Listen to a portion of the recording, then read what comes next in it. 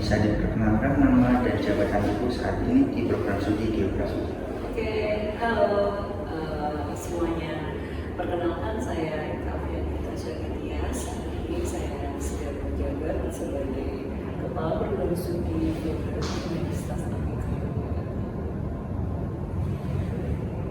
Sudah berapa lama Ibu menjabat sebagai Kepala Program Studi Geografi? Oke, saya menjabat itu kurang lebih ya di jalan 2 tahun sejak 2025. Menurut Ibu, apa tantangan terbesar dalam memimpin program studi geografi saat ini?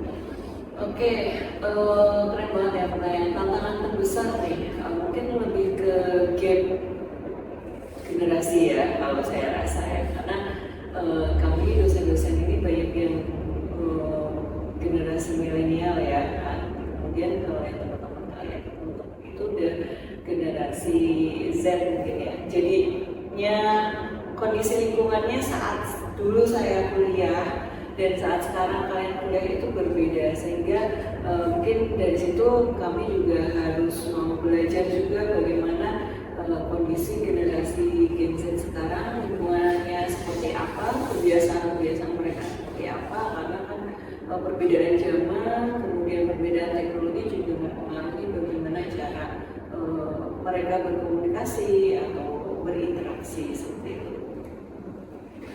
Bagaimana cara Ibu membangun kerjasama yang baik antar dosen, mahasiswa, dan staf? Oke, kalau cara membangun kerjasama yang baik tentu saja dimulai dengan komunikasi ya, karena kita kalau apa-apa nggak dikomunikasiin, saya rasa nggak akan bisa terjalin kerjasama. Jadi saya kuncinya sih di komunikasi. Saya selalu sampaikan kepada, contohnya misalnya saya kepada mahasiswa kalau ada kendala atau ada halangan atau ada misalnya hal-hal yang ingin diomongin, silahkan komunikasikan, misalnya mereka ada masalah. Jadi kuncinya komunikasi sih, sehingga bisa kita saling bekerjasama antara mahasiswa, dosen, dan juga mungkin staf yang membantu di lingkungan Amikom ini. Oke, bagi Mas. Apa strategi yang dilakukan untuk meningkatkan kualitas mahasiswa geografi agar siap menghadapi dunia kerja? Oke, ini nih strategi yang perlu kita tingkatkan dalam menghadapi dunia kerja ya. Tentu saja ada 2 poin penting ya, soft skill dan hard skill. Ini adalah kemampuan dasar yang harus kalian punya ya untuk menghadapi situasi sekarang dan juga nanti kalau kalian ada di dunia kerja. Soft skill itu apa? Soft skill itu ya kemampuan kalian dalam memahami ilmu yang kalian terima ya. Kalau dalam hal ini adalah khususnya ilmu geografi, jadi kalian harus mampu memahami dasar-dasar ilmu dalam bidang geografi itu sendiri ya, kalau misalnya kalian belajar ini. Kemudian selain ilmu dari itu, kita juga belajar ilmu-ilmu yang lain ya, yang untuk mendukung gitu, seperti ilmu teknologi yang sekarang juga sangat dibutuhkan, dan juga ilmu-ilmu entrepreneurship mungkin kalau di kita ya belajar. Kemudian kita juga meningkatkan hard skill. Hard skill itu adalah kemampuan kita memanage ilmu yang kita miliki dan kita mengaplikasikannya di lapangan gitu, dalam menghadapi situasi yang ada di lapangan. Hal ini juga kita asah ya strateginya dengan teman-teman dari geografi itu banyak yang melakukan perkuliahan lapangan misalnya, kemudian juga magang. Nah itu juga sangat membantu kalian untuk mengasah hard skill kalian nih. Jadi hal itu yang saya tekankan sih strateginya. Selain yang pertama soft skill dan yang ketiga hard skill. Sejauh mana teknologi seperti SIG, penginderaan jauh, atau Google Earth Engine diterapkan dalam pembelajaran? Oke, ini adalah teknologi yang sangat tidak asing bagi geografi ya. Nah, bagaimana cara mengaplikasikannya? Seperti kita ketahui, berbagai cara kita aplikasikan melalui mata kuliah teori maupun praktikum yang diperkenalkan dan diajarkan di kelas ya. Kita sama-sama belajar tentang SIG, Google Earth Engine, dan juga tentang teknologi-teknologi lainnya yang penginderaan jauh dan sebagainya dalam bidang geografi. Selain itu, selain pembelajaran tadi ya, teori dan praktikum, kita juga menerapkannya melalui penulisan buku dan penelitian yang ditulis oleh dosen-dosen kita ya dari geografi itu sendiri yang menulis tentang beberapa tulisan yang terkait hal itu. Kemudian juga penelitian-penelitian yang tentu penelitian ini banyak juga melibatkan mahasiswa ya, sehingga mahasiswa juga dapat mempraktikkan. Dan tentu saja adalah skripsi ini. Nah, ini juga skripsi ini diterapkan dalam pembelajaran melalui skripsi. Mereka menggunakan SIP maupun Google Ranging dan Bagaimana cara itu memotivasi mahasiswa agar aktif dalam penelitian, organisasi, maupun kegiatan lapangan? Oke, mungkin kalau memotivasi kan kayak harus dalam kata-kata ya, sedangkan kita tuh pertemuannya terbatas.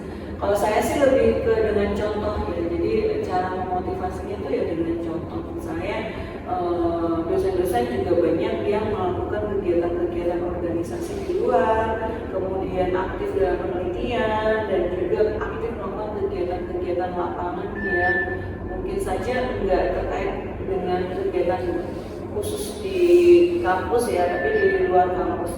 Nah, ini juga bisa menjadi motivasi buat teman-teman untuk oh iya ya, ternyata ada contoh nih dosen ikut organisasi A, oh ada contoh nih dosen juga ikut riset-riset, sehingga itu bisa menambah wawasan bagi mas. Selain itu juga sesekali kalau pas ketemu motivasinya tentu saja memberikan arahan ya, apa sih sebenarnya manfaat kalau misalnya ngikutin kegiatan seperti itu gitu. Biar mereka juga termotivasi gitu. Manfaatnya ya kan banyak sekali gitu, kita bisa membangun jejaring dan juga kita bisa mengupgrade diri kita sendiri, dan juga kita bisa dapat kenalan banyak orang, dapat insight, dapat ilmu dan lain sebagainya. Itu sih. Apa pencapaian yang membanggakan selama memimpin program studi geografi? Oke, yang tentu yang pertama saya bangga punya mahasiswa dan juga dosen-dosen dari geografi, dan juga didukung oleh staf-staf yang ada di Amikom ini yang sangat kooperatif, yang selalu support, memberikan fasilitas maupun dukungan untuk kegiatan-kegiatan dari program studi geografi. Selain itu juga untuk program di geografi ini juga saya mungkin salah satunya senang banget karena kemarin sempat geografi melakukan salah satu kegiatan bertaraf nasional ya, dengan melakukan lomba ilmu bumi atau LAMBUMI yang dilakukan oleh siswa-siswa SMA atau SMK di seluruh Indonesia ya, dan waktu itu juga ada yaitu bukan cuma dari Jogja tapi juga dari luar, dan kita bekerja sama dengan guru geografi di Kabupaten Sleman maupun DIY. Nah, itu adalah sesuatu yang menurut saya prestasi ya untuk geografi, yang dia bisa melakukan kegiatan kolaborasi dan lomba ilmu bumi ini, dan juga mahasiswanya turut serta dalam kegiatan itu sebagai panitia. Jadi mereka bisa punya melakukan suatu kegiatan. Ada lagi? Menurut Ibu, kualitas apa yang harus dimiliki seorang pemimpin khususnya dalam dunia akademik? Oke, kualitas dalam dunia akademik ya, tentu saja kalau dunia akademik kan berhubungan dengan ilmu pengetahuan ya. Tentu saja yang pertama adalah kita harus memiliki kesadaran untuk pengen tahu, pengen belajar. Itu sih mungkin yang harus ditingkatkan ya. Kita sendiri harus tahu, pengen untuk belajar dan juga ikrok, baik itu membaca maupun memahami situasi-situasi fenomena yang ada di lingkungan kita yang berkaitan dengan geografi. Apa harapan dan pesan Ibu untuk mahasiswa geografi ke depannya? Oke, pesan saya mungkin yang pertama adalah kalian itu adalah orang-orang pilihan yang bisa mengenyam pendidikan lanjut di perguruan tinggi, itu sangat luar biasa dan patut disyukuri, sehingga silahkan optimalkan, manfaatkan kesempatan itu untuk kalian belajar, mengembangkan diri, bertumbuh di sana, menemui berbagai macam orang, memahami karakter, menemui berbagai ilmu pengetahuan yang begitu luasnya, sehingga kalian harapannya ya kalian tetap mau punya rasa untuk belajar gitu sih.